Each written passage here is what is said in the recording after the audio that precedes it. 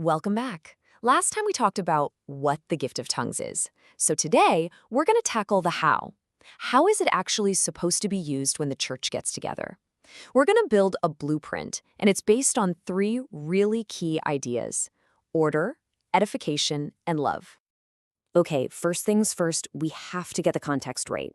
This is absolutely crucial.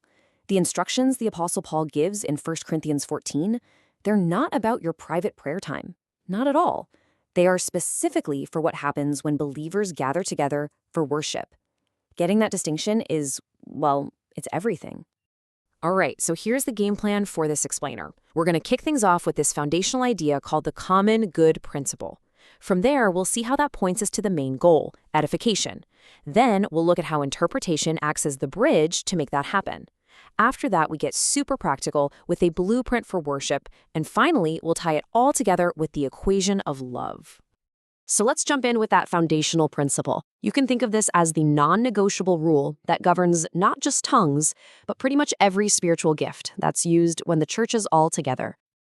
You know, 1 Corinthians 12:7 makes it crystal clear spiritual gifts aren't for us to show off. They're not personal status symbols. They're tools, and they're meant for the common good, to help the person sitting next to you.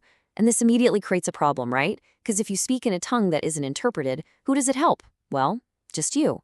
It kind of misses the entire point of a public gift. So if the big idea is the common good, how do we actually do that? Well, this brings us to the main objective for any gift used in public. It's a word Paul uses over and over again: edification. And this is a really important distinction. To edify just means to build up. And Paul totally agrees that speaking in tongues builds up the individual who's doing it. But then he holds it up next to something like prophecy, which he says builds up the entire church. Now, it's not that building yourself up is a bad thing, but when we're all together, the priority shifts to building up the whole community, not just one person. And that leads us straight to the central problem here, the barrier of unintelligibility. Paul basically asks, hey, if someone speaks in tongues and nobody has a clue what they're saying, is the church being built up? And his answer is a resounding no. It's like a signal is sent, but it just hits a wall because no one can receive it. The whole circuit is broken. So if not being understood is the barrier, what's the fix? Well, Paul gives us a really elegant and honestly an absolutely essential solution. It's the key that unlocks the gift for everybody else. Interpretation is the bridge. It's what takes a private mystery and turns it into a public benefit for everyone. And that's why Paul is so strong on this. He doesn't just suggest it, he straight up commands that whoever speaks in a tongue should also pray to be able to interpret. It's the non-negotiable requirement for using it in public. Paul even gives us this really practical way to think about it. You could call it the amen test. When we say amen, we're saying I agree with that prayer. But think about it. How can you say amen if you don't understand what was just prayed? You can't. You simply can't agree with something you don't understand, which makes being understood a cornerstone of worshiping together. Okay, so it got the why, it's for the common good, to build each other up, and it has to be interpreted. Now let's get into the how. Paul lays out a specific blueprint for an orderly service. He gives 3 clear protocols. First up, there's a rule of numbers. He says 2 or at the most 3.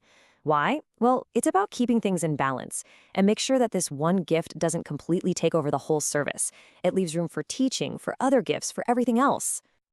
Second, there's a rule of sequence. People have to take turns, and the principle behind this is so powerful. God isn't a God of confusion, but of peace. Can you imagine multiple people speaking at once in languages nobody understands? It would be total chaos, not order. The flow has to be respectful and make sense. In third, we have the rule of silence. And this one, well, it's just the logical conclusion of everything else we've talked about. The verse is crystal clear. If there is no interpreter, he must keep silent in the church. The desire to speak isn't enough. The absolute condition is having an interpreter. If that's not in place, the alternative is to speak to yourself and to God, keeping it private. So a rule of numbers, of sequence, of silence. You might be thinking, wow, that's a lot of rules. Is this all just about being rigid and legalistic? No, not at all. It's about the ultimate motivation behind everything. It all boils down to this divine equation. Building people up plus doing it in an orderly way equals love. See, These rules aren't about legalism. They're what love looks like in practice in a church service. True public spirituality isn't measured by your amazing personal experience. It's measured by how much you build up the person next to you. So this ancient blueprint is incredibly practical. And it kind of makes you stop and ask, right? Are we actually following this blueprint in our own gatherings today? How do these principles of building each other up, of order, and of love really play out? You can almost use this slide as a kind of church audit. We can ask ourselves, in our services, is interpretation always required? Is the number of speakers limited? Do people take turns? And maybe most importantly, is the ultimate goal really to build up the entire community? The blueprint is clear. Public tongues are only beneficial if they actually build up the church. So, to wrap it all up for today, the blueprint is clear. Public tongues have to build up the church through interpretation and order. And the whole thing is motivated by love. Now, we've covered the rules for public worship, but that raises a whole other question. What about when you're alone? In our next explainer, we'll dive into the role of tongues in our private devotional lives. See you then.